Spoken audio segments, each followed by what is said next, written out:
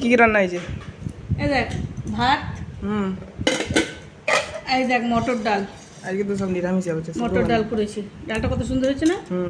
মুগের মটর ডাল। হ্যাঁ, আর এই দেখ পটল আর বেগুন ভাজা।